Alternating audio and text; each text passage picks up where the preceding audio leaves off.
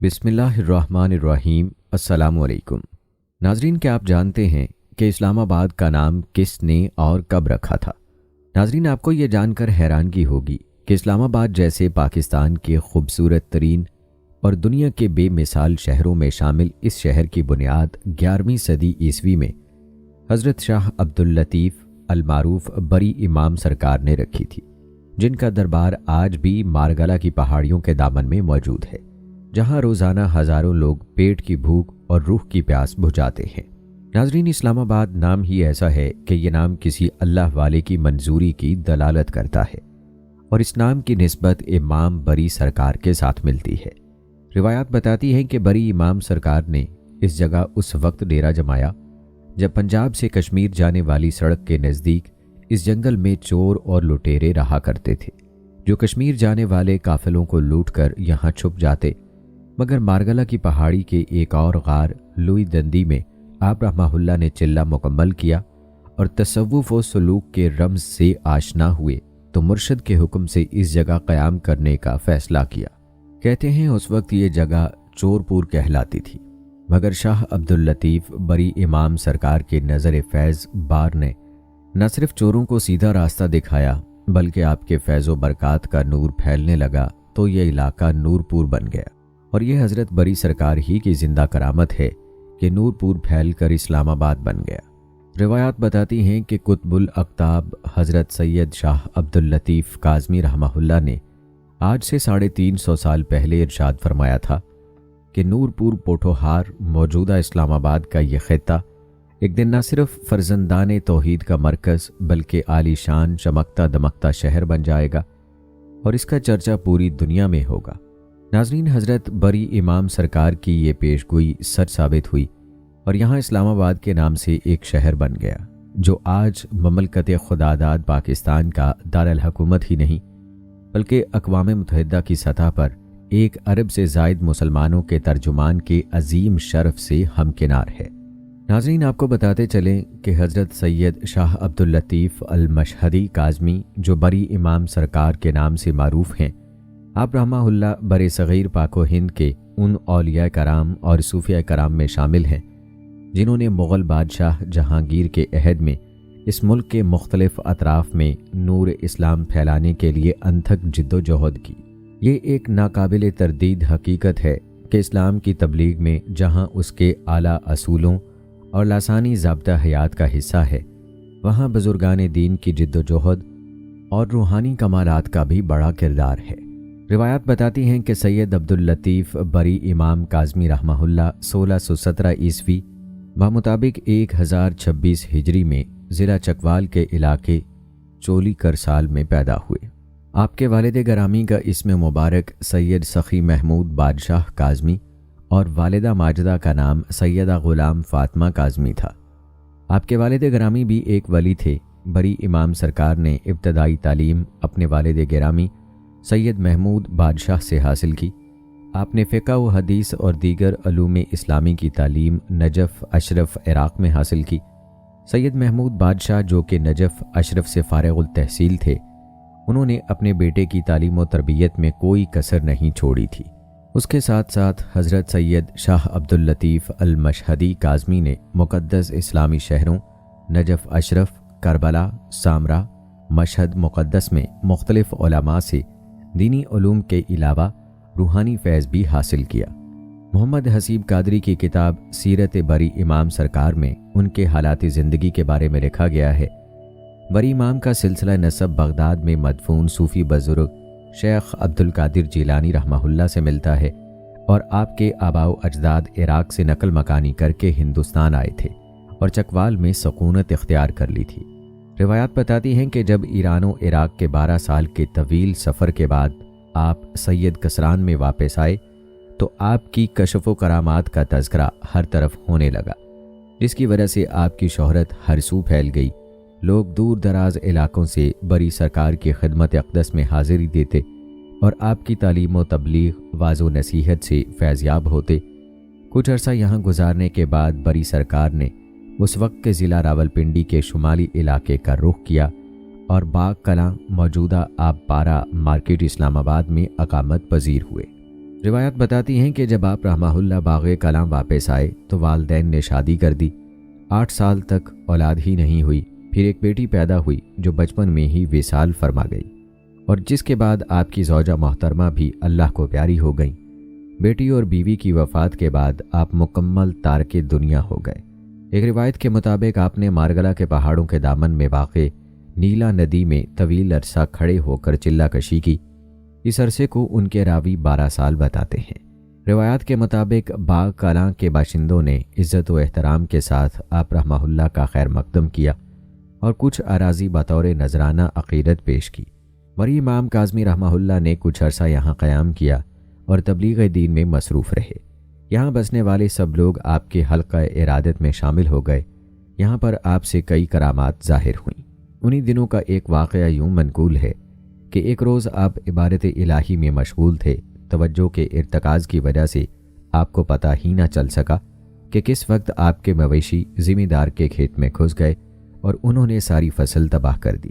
فصل کا مالک شکایت لے کر آپ کے والد بزرگوار سید محمود شاہ رحمہ اللہ کے پاس آیا۔ آپ کے والد ذمہ دار کے ہمراہ آپ کے پاس آئے اور سرزنش کی کہ آپ کی بے توجہی کی وجہ سے ذمہ دار کی ساری فصل برباد ہو گئی۔ اس پر تھوڑی دیر آپ خاموش رہے۔ آپ کے والد نے انہیں مزید ڈانٹا۔ جب آپ کے والد نے اچھی طرح سرزنش کرنے کے بعد خاموشی اختیار کی تو آپ نے بڑے سکون کے ساتھ آہستہ سے سر اوپر اٹھایا اور نہایت ٹھہرے ہوئے انداز میں گویا ہوئے، ابا جی ذرا فصل کی طرف تو دیکھیے۔ جو ہی آپ کے والد محترم نے فصل کی طرف دیکھا وہ یہ دیکھ کر حیران رہ گئے کہ چند لمحے پہلے جو فصل تہس نہس تھی اب ایک سر سبز و شاداب کھیت کی صورت میں لہلہاتی ہوئی نظر آ رہی تھی۔ یہ دیکھنا تھا کہ ذمہ دار کی حالت عجیب ہو گئی۔ وہ آپ کے قدموں میں گر کر گڑ گڑا کر معافی مانگنے لگا۔ ناظرین، اسی طرح کا ایک واقعہ آپ رحمہ اللہ کے بچپن کے حوالے سے بھی منقول ہے۔ کہتے ہیں جب آپ کی عمر تقریباً 10 سال تھی تو آپ اپنے مویشی چرانے کے لیے گاؤں سے دور کھیتوں میں چلے جاتے۔ مویشی تو گھاس چرنے لگتے، آپ علیحدہ بیٹھ کر اپنے اللہ سے لاؤ لگا لیتے اور عبادت و ریاضت میں مصروف ہو جاتے۔ لوگوں نے آپ کے والد محترم سے شکایت کی کہ آپ کے بچے کی لاپرواہی و غفلت سے ہماری فصلوں کا نقصان ہوتا ہے۔ ایک روز آپ کے والد ماجد لوگوں کے ہمراہ آئے تو کیا دیکھا کہ بچہ درخت کے نیچے سویا ہوا ہے۔ آپ نے جھنجھوڑ کر دنیاوی غفلت کی نیند سے اٹھایا تو بچے نے اپنے باپ سے عرض کیا کہ میں تو باغ جنت کی سیر کر رہا تھا، آپ نے مجھے جگا دیا۔ ناظرین، یاد رکھیں آپ رحمہ اللہ سادات کے ایک مایا ناز گھرانے کے چشم و چراغ تھے۔ آپ کا شجرہ نسب تاجدار امامت حضرت علی رضی اللہ تعالی عنہ سے ہوتے ہوئے امامت کے 7ویں تاجدار امیر بغداد حضرت امام موسیٰ کاظم رحمہ اللہ سے جا ملتا ہے۔ حضرت امام موسیٰ کاظم رحمہ اللہ کی اولاد ہونے کے ناطے سے آپ کو کاظمی سید کہا جاتا ہے۔ ناظرین، خطہ پوٹھوہار کی بزرگ ہستی حضرت سید شاہ عبداللطیف کاظمی رحمہ اللہ نے اپنے جد امجد سرور کائنات حضرت محمد صلی اللہ علیہ وآلہ وسلم کے اتباع کو زندہ کر دیا اور اسلام کی تعلیمات کے فروغ اور عوام الناس کے لیے اعلیٰ کردار کی مثال پیش کی۔ ناظرین، روایات کے مطابق حضرت بری امام سرکار کو قطب الاقطاب اور ولی اللہ کا مقام حاصل ہوا۔ یاد رکھیں یہ مقام تصوف میں بڑی کاوشوں، محنتوں، جافشانیوں، محبت، لگن اور عشق حقیقی سے حاصل ہوتا ہے۔ روایات بتاتی ہیں کہ آپ رحمہ اللہ نے فقہ اور حدیث کی تعلیم نجف اشرف سے حاصل کی اور اس کے بعد آپ مقدس مقامات کی زیارت کے لیے مکہ معظمہ، مدینہ منورہ، کربلا معلیٰ اور دوسرے اسلامی ممالک میں تشریف لے گئے اور وہاں موجود جید علماء اور اولیاء سے مزید دینی علوم اور روحانی فیوز حاصل کیے۔ آپ رحمہ اللہ کا یہ سفر 12 سال پر محیط ہے۔ روایات کے مطابق آپ مستقل طور پر وہاں ولی کامل حضرت حیات المیر رحمہ اللہ سے بیعت تھے۔ انہیں بری امام کا لقب ان کے مرشد حضرت حیات المیر ہی نے عطا کیا تھا۔ ناظرین، اللہ تعالیٰ نے اپنے ولیوں کی تعریف قرآن مجید میں ان الفاظ کے ساتھ کی ہے: بے شک اللہ تعالیٰ کے ولیوں کو نہ کوئی خوف ہوگا اور نہ وہ غمگین ہوں گے۔ دوسری جگہ ارشاد باری تعالیٰ ہے کہ جس نے میرے کسی ولی کی مخالفت کی میری طرف سے اس کے خلاف اعلان جنگ ہے۔ یعنی جس طرح اللہ تعالیٰ نے فرشتوں میں سے ہر ایک کو اپنے اپنے کام پر لگا دیا ہے اور ان کی مخالفت کرنا کسی طرح جائز نہیں، اسی طرح اللہ تعالیٰ کا قانون جن و انس میں جاری و ساری ہے۔ اور انسانوں میں بھی اللہ تعالیٰ کی طرف سے بعض لوگوں کو مخصوص اختیارات تفویض کر کے مقرر کیا جاتا ہے۔ علامہ اقبال رحمہ اللہ نے اولیاء اللہ کے مقام کے بارے میں ارشاد فرمایا ہے، نہ تخت و تاج نہ لشکر و سپاہ میں ہے، جو بات مرد قلندر کی بارگاہ میں ہے۔ روایات میں آتا ہے کہ ایک مرتبہ آپ رحمہ اللہ کہیں سفر پر جا رہے تھے اور آپ کا مرید خاص مٹھا شاہ بھی اس سفر میں آپ کے ہمراہ تھا۔ ابھی آپ نے 4 کلومیٹر کا فاصلہ طے کیا ہوگا کہ اچانک جنگل سے چند ڈاکو نکلے اور انہوں نے لوٹنے کی غرض سے آپ کا راستہ روک لیا، مگر جو ہی ان کی نظر آپ کے چہرے مبارک پر پڑی اور انہوں نے آپ کی گفتگو سنی تو جرائم سے ہمیشہ کے لیے تائب ہو گئے اور اسی وقت آپ کے ہاتھ پر بیعت کر کے آپ کے مرید بن گئے۔ آپ نے یہیں اقامت اختیار کر کے تبلیغ کا کام شروع کر دیا اور اس طرح چور پور میں اسلام کے نور کی روشنی پھیلا کر اسے ہمیشہ کے لیے نور پور بنا دیا۔ ناظرین، یہ وہی نور پور شاہاں ہے جہاں آج آپ کا مزار مبارک ہے اور ہزاروں لوگ یہاں اپنی عقیدتوں کا اظہار کرنے آتے ہیں۔ ناظرین، اگر آپ کو کبھی بری امام سرکار کے مزار پر جانے کا اتفاق ہو تو آپ دیکھیں گے کہ عام دنوں میں بھی آپ رحمہ اللہ کے مزار شریف پر اچھی خاصی رونق ہوتی ہے اور روزانہ لنگر تقسیم کیا جاتا ہے۔ اور بات کی جائے عرس کے دنوں کی تو ان دنوں میں تو تل دھرنے کو جگہ نہیں ہوتی۔ تمام شعبہ زندگی کے لوگ جوق در جوق آتے ہیں اور فیوز و برکات سے جھولیاں بھر کر لوٹتے ہیں۔ لوگ نہ صرف دربار پر حاضری دیتے ہیں بلکہ دشوار گزار پہاڑی رستے سے اس غار کی بھی زیارت کرتے ہیں جہاں آپ رحمہ اللہ نے عبادت و چلہ کشی کی، جسے لوئی دندی کے نام سے پکارا جاتا ہے۔ یاد رکھیں، حضرت بری امام سرکار نے چلہ کشی کر کے پہاڑوں، غاروں اور ویرانوں میں مصائب جھیل کر جنگل میں منگل کا سما پیدا کیا، اور وہ علاقہ جو کبھی چور پور کے نام سے موسوم تھا نور پور کے نام سے مشہور ہوا۔ روایات بتاتی ہیں کہ حضرت بری امام سرکار رحمہ اللہ نے علوم ظاہری اور باطنی حاصل کرنے اور روحانی منازل طے کرنے کے بعد ضلع ہزارہ میں قیام کیا اور آپ نے سید محمد کی دختر نیک اختر بی بی دامن خاتون سے نکاح کیا۔ آپ کے ہاں ایک بیٹی پیدا ہوئی، مگر کچھ عرصے بعد آپ کی زوجہ محترمہ بھی دنیا سے رخصت ہو گئیں۔ ناظرین، جہاں تک بات ہے آپ رحمہ اللہ کے لقب بری کی، تو آپ کو بتاتے چلیں کہ بری سے مراد ہے بر و بحر، یعنی پہاڑوں، بیابانوں، دریاؤں، ندیوں، چشموں اور ایسی تمام آبگاہوں کے متولی جہاں انہوں نے یاد الہی میں تند و تیز ہواؤں اور موسمی حالات سے بے نیاز دن رات چلہ کشی کی، اور وہ بھی صرف اللہ تعالیٰ کی خوشنودی کے لیے۔ بعض روایات کے مطابق بری امام کا لفظی مطلب ہے ساری زمین کا رہبر۔ آپ کے پیر و مرشد حضرت حیات المید رحمہ اللہ نے آپ کو جو لقب عطا کیا، آپ اپنی ساری زندگی اس لقب کی عملی تفسیر بنے رہے۔ جب حضرت بری امام رحمہ اللہ نے باغ کلاں کے گاؤں میں آ کر اقامت اختیار کی، اس وقت پوٹھوہار کا پورا خطہ کفر و شرک اور جرائم کی آماجگاہ بنا ہوا تھا، مگر حضرت عبداللطیف شاہ کاظمی بری امام رحمہ اللہ نے اس علاقے کو شرافت اور اسلام کی روشنی سے منور کر دیا۔ اندھیروں کی جگہ روشنیوں نے لے لی اور چور پور کا ظلمت کدا نور پور کے اجالوں سے منور ہو گیا اور ہزاروں لوگوں نے اسلام قبول کر لیا۔ ناظرین، اگر تاریخ اٹھا کر دیکھیں تو حضرت بری امام سرکار کی عبادات و کرامات پاک و ہند میں مشہور ہیں۔ سب سے بڑی کرامت یہ ہے کہ آپ نے 2 مغل شہزادوں کی بالخصوص تربیت کی اور دینی اور روحانی اصلاح کر کے ایک شہزادے کو راہ سلوک کی دنیا میں گم کر دیا گیا اور اس کا نام آپ نے شاہ حسین رکھا۔ اگرچہ یہ شہزادہ مادی دنیا کا پرستار تھا، لیکن ایک مرد کامل کی نگاہ اثر نے اس کے سوچنے کا انداز بدل دیا۔ اس کرامت سے متاثر ہو کر شہزادے کی اپنی باقی زندگی بری امام سرکار کے قرب میں گزری اور دوسرے شہزادے اور انگریز عالمگیر کو تخت و تاج کا مالک اور دین کی تبلیغ کے لیے دنیاوی شہنشاہ بنا دیا۔ ناظرین، پہلے بھی ذکر ہوا ہے کہ لوئی دندی کے مقام پر بیٹھ کر حضرت بری امام رحمہ اللہ اکثر عبادت الہی میں مصروف رہے۔ روایات میں آتا ہے کہ جب آپ عبادت میں مصروف ہوتے تو ایک جن آ کر آپ کو پریشان کرنے لگتا اور آپ کی عبادت میں خلل ڈالنے لگتا۔ جب وہ جن اپنی شرارتوں سے کسی صورت باز نہ آیا تو آپ رحمہ اللہ نے اس سے نجات حاصل کرنے کے لیے دعا کی تو وہ جن وہیں پتھر بن گیا۔ یہ نشانی لوئی دندی کے مقام پر آج بھی موجود ہے اور ملک بھر سے ہزاروں لوگ حضرت امام رحمہ اللہ کی یہ کرامت دیکھنے نورپور شاہاں جاتے ہیں اور اس مقام کی زیارت کرتے ہیں جہاں بیٹھ کر آپ عبادت کیا کرتے تھے۔ ناظرین، اس واقعے کے علاوہ حضرت امام بری سے متعلق ایک واقعہ کافی مشہور ہے۔ امام سرکار جن دنوں ندی نیلا میں چلہ کشی کر رہے تھے، اتنے کمزور ہو چکے تھے کہ کچھ کھا پی نہیں سکتے تھے، صرف دودھ پیا کرتے تھے۔ گجر قوم کا ایک عقیدت مند روزانہ آپ کو دودھ دینے آتا تھا۔ جس بھینس کا دودھ وہ گجر آپ کے پاس لاتا وہ مر جاتی۔ گجر دھن کا پکا تھا، اپنی زبان سے یہ بات بری امام سرکار کو نہیں بتائی۔ آخر کار ایک ایک کر کے تمام ختم ہوئیں تو اگلے روز دودھ کی خاطر تمام گاؤں میں پھرا، مگر ہر طرف سے مایوس ہوا۔ چنانچہ آپ کی خدمت میں حاضر ہوا اور اپنی داستان سنائی۔ آپ مسکرائے اور فرمایا، جاؤ ندی کے کنارے چلتے جاؤ اور اپنی بھینسوں کے نام پکارتے جاؤ، سب تمہارے پیچھے چلی آئیں گی، مگر خیال رکھنا کہ پیچھے مڑ کر نہ دیکھنا۔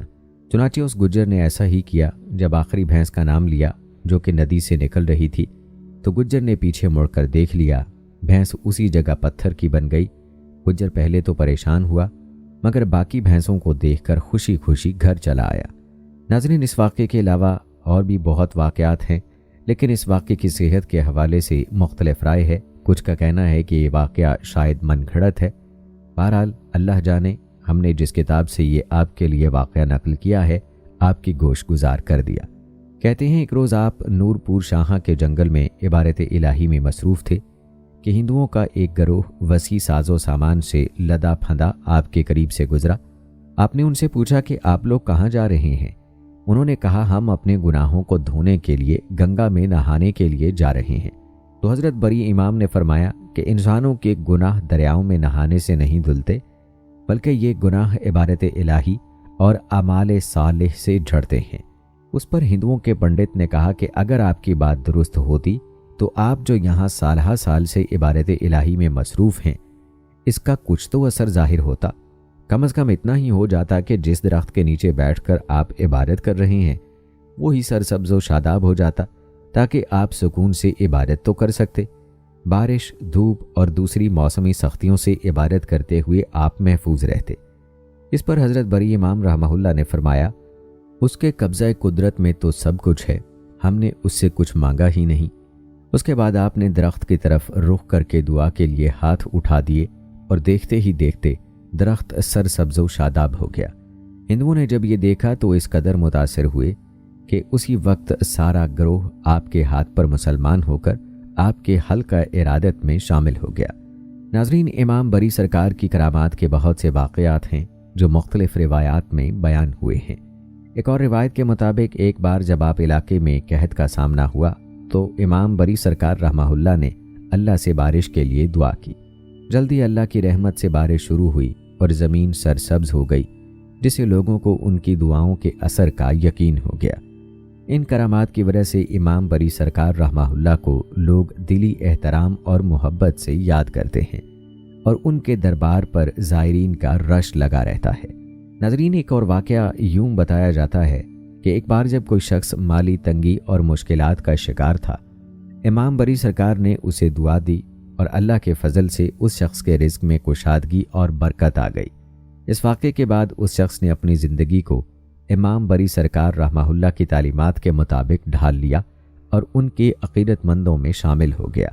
ناظرین، یاد رکھیں، اللہ والوں کی تعلیمات ہمیشہ قرآن و سنت کے مطابق ہوتی ہیں۔ یہی وجہ ہے کہ امام بری سرکار رحمہ اللہ کے اقوال صوفیانہ حکمت، انسانیت کی خدمت اور تقوی کے بارے میں ہیں۔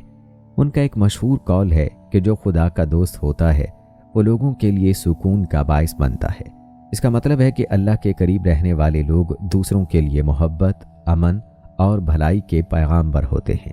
امام بری سرکار رحمہ اللہ نے زندگی میں ہمیشہ عاجزی اور شکر گزاری کو اہمیت دی۔ ایک اور قول میں آپ رحمہ اللہ فرماتے ہیں، کسی سے بھلائی کرنے میں دیر مت کرو، کیونکہ یہی عمل انسان کو اللہ کے قریب کر دیتا ہے۔ مطلب یہ ہے کہ نیکی کا کوئی موقع ضائع نہیں کرنا چاہیے۔ آپ رحمہ اللہ کے اقوال میں انسانیت کی خدمت، عاجزی اور اخلاقی برتری کی ترغیب ملتی ہے۔ لوگوں کے ساتھ شفقت اور سچائی کے ساتھ پیش آنے کو ان کے اقوال میں بار بار بیان کیا گیا ہے۔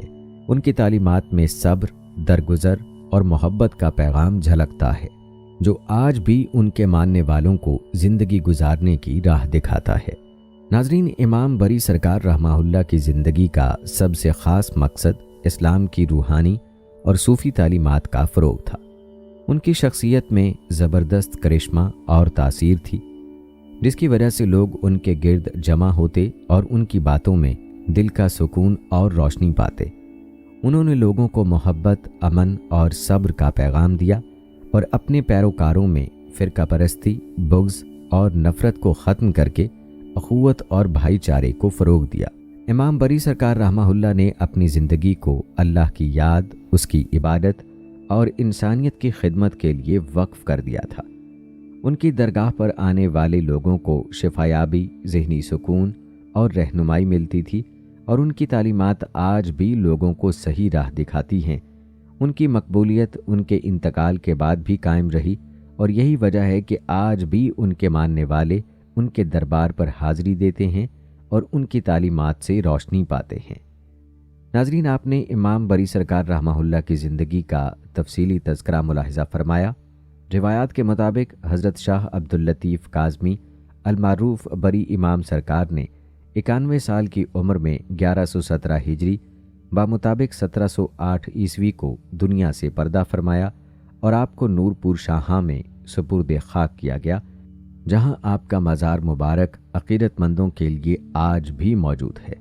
ناظرین، اس بات میں کسی شک کی گنجائش نہیں کہ برِ صغیر میں اسلام کی تبلیغ اور اسلام کے پھیلانے میں اولیاء کرام اور صوفیاء عظام کا کردار سب سے نمایاں رہا ہے۔ ہندوستان کے اونچ نیچ اور چھوت چھات کے معاشرے میں ان صوفیاء نے ہر مذہب، ملت اور قوم کے افراد کو نہ صرف اپنے قریب کیا، بلکہ انسانیت کا درس دے کر ہر قسم کے تعصب کا خاتمہ کیا۔ یہی وجہ تھی کہ ہندو اور دیگر مذاہب کے لوگ اسلام کی طرف راغب ہوئے۔ انہی بزرگان دین نے مخلوط معاشرے اور کثیر المذاہب خطے میں امن، بھائی چارے اور رواداری قائم کی۔ آج ہم ان بزرگوں کے سبق اور درس سے دور ہو چکے ہیں، اسی لیے مذہبی، قومی اور نسلی تعصب نے معاشرے کو بے سکون اور بے امان کر دیا ہے۔ اس کے تدارک کے لیے پاکستان میں سینکڑوں صوفیاء عظام اور بزرگان دین کی خانقاہیں موجود ہیں، جہاں دلوں کو گداز اور محبت سے لبریز کیا جاتا ہے۔ لیکن بعض مزاروں پر زائرین کی جانب سے عقیدت کے نام پر ایسے افعال بھی دیکھنے کو ملتے ہیں جو سراسر بدعت ہیں، بلکہ بعض افعال تو شرکیاں ہیں، جیسے کہ کچھ لوگ اولیاء کے مزاروں پر جا کر قبروں کو سجدہ کرتے ہیں، کوئی چادریں چڑھا رہا ہوتا ہے اور کوئی کپڑے کو گرہیں لگا رہا ہوتا ہے۔ یاد رکھیں، یہ اولیاء اللہ کی تعلیمات نہیں ہیں۔ چاہیے تو یہ تھا کہ یہ لوگ اللہ والوں کی تعلیمات پر عمل پیرا ہوتے اور ان کے نقش قدم پر چل کر اللہ کی عبادت میں مصروف ہوتے، لیکن افسوس کہ مزاروں پر اللہ والوں کی تعلیمات کے خلاف سب کچھ ہو رہا ہے۔ بہت کم مزار اور خانقاہیں ایسی ہیں جو کہ بدعات اور شرکیہ افعال سے پاک ہیں، ورنہ عام طور پر جو مزاروں پہ ہوتا ہے وہ سب آپ بھی جانتے ہیں۔ مزاروں پر ہونے والے ان شرکیہ افعال کے بارے میں آپ کی کیا رائے ہے؟ کمنٹ باکس میں لازمی بتائیے گا۔ ناظرین، آپ کو بتاتے چلیں کہ مزاروں پر جو قوالیوں کا اور دھمال ڈالنے کا کلچر ہے، یہ کوئی نئی بات نہیں ہے، بلکہ یہ کلچر بہت پرانا ہے، اور اس کا ذکر ہمیں کئی حوالوں سے ملتا ہے۔ یہاں آپ کو انڈیا کے ایک نامور شاعر، افسانہ و ناول نگار کرتار سنگھ دگل کی زبانی پری امام سرکار پر ہونے والے عرس کے آنکھوں دیکھے حال کے بارے میں بتاتے ہیں۔ ذرا غور سے ملاحظہ کیجیے گا کہ آج سے 100 سال پہلے مزارات پر کیا کچھ ہوتا تھا۔ یاد رہے کہ یہ بات پاکستان کے وجود میں آنے سے پہلے کی ہے۔ ناظرین، آپ کو بتاتے چلیں کہ کرتار سنگھ، جو کہ 1917 میں راولپنڈی میں پیدا ہوا تھا، انہیں انڈیا کا اعلیٰ ترین سول ایوارڈ پدما بھاشن بھی ملا تھا، اور وہ انڈیا کے ایوان بالا کے ممبر بھی رہے تھے۔ ان کی خود نوشت home to tell my tale, جس کا اردو ترجمہ کس پر کھولوں گنٹھڑی کے نام سے ریختہ پر موجود ہے، اس میں وہ بری امام کے عرس کا آنکھوں دیکھا حال یوں بیان کرتے ہیں: پنڈی سے کوئی 10 کوس دور نورپور میں ہر برس بری امام کا میلہ لگتا تھا، جو کئی روز تک رہتا تھا۔ اس میلے میں ملک بھر سے گانے والیاں حاضر ہو کر اپنی چوکی بھرتیں، گانے والیاں آتیں تو تماش بین بھی آتے۔ نورپور کی چہل پہل دیکھنے والی ہوتی،